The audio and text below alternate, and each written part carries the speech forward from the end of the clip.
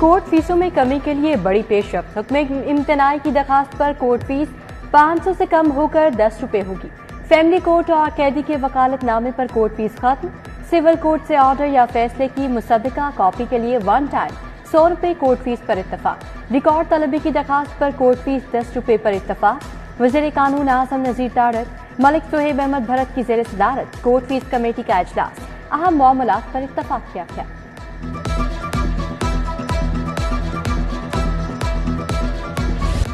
Solar connection لینے والوں کے لیے بڑی خوشخبری، کنیکشن کے حصول میں ٹرانسفارمر لوڈ کی شرط ختم کر دی۔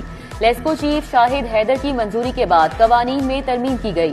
نیپرا قوانین کے مطابق کنیکشن لگانے کے احکامات جاری، تمام دفاتر کو نیپرا قوانین کے مطابق کنیکشن لگانے کا مراسلہ بھجوا دیا گیا۔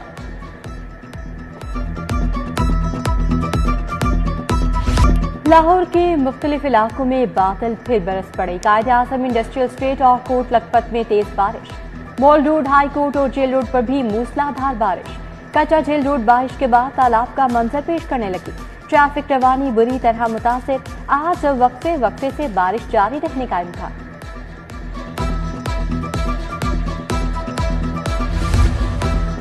پوزیشن ہولڈر طلبہ کے لیے لیڈرز فار ٹمارو تقریب، 9 بورڈز کے 138 پوزیشن ہولڈر طلبہ اور اساتذہ کو 5 کروڑ 86 لاکھ کے انعامات دیے گئے۔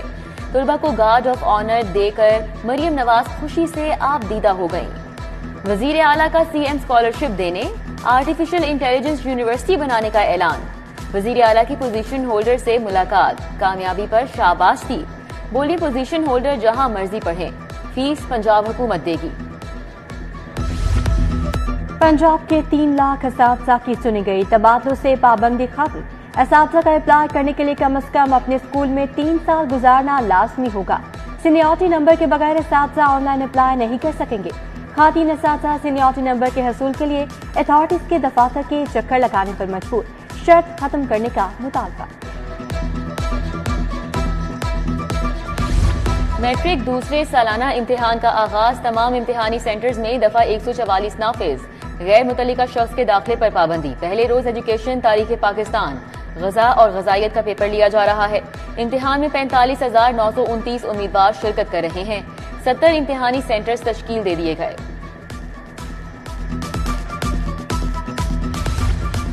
پنجاب کے 800 سے زیادہ سرکاری کالجز میں داخلوں کے لیے درخواستوں کی آن لائن وصولی، انٹر پروگرامز کے لیے 2,07,000 درخواستیں جمع، ایف اے کے لیے سب سے زیادہ 77,800 درخواستیں موصول، پری میڈیکل کے لیے 43,500، پری انجینئرنگ کے لیے صرف 7,500 طلبہ نے اپلائی کیا۔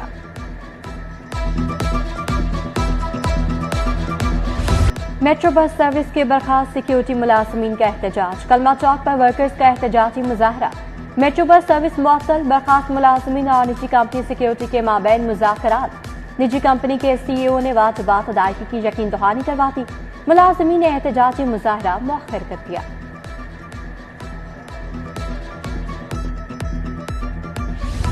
گراں فروشوں کی شامت آ گئی، اسسٹنٹ کمشنرز کے فیلڈ میں سرپرائز دورے، 3,266 مقامات کی چیکنگ، 26 مقدمات کا اندراج، 12 گرفتاریاں، 13 دکانیں سیل، سرکاری نرخ نامے کی خلاف ورزیوں پر 9 لاکھ کے جرمانے۔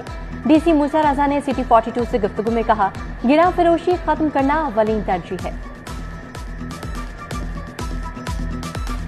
مسافر ٹرینوں کو پھر پرائیویٹ شعبے کے تحت چلانے کا فیصلہ، 22 ٹرینوں کے منصوبے کی ناکامی کے بعد مرحلہ وار ٹرینیں پرائیویٹ کرنے کا پلان، پہلے مرحلے میں 10 ٹرینیں پرائیویٹ شعبے کے تحت چلانے کا اعلان، خواہش مند فرمیں 19 ستمبر تک درخواستیں جمع کروا سکیں گے۔ 9 مئی کے مقدمات کو اکٹھا کرنے جوڈیشل کمیشن بنانے کا کیس، ہائی کورٹ نے درخواست قابل استماعت ہونے بارے وکیل کو تیاری کی مہلت دے دی۔ جسٹس طارق سلیم شیخ نے کہا، آپ پیٹیشن واپس لے لیں ورنہ 1 ملین جرمانہ عائد کروں گا۔ سماعت غیر معینہ مدت کے لیے ملتوی کر دی گئی۔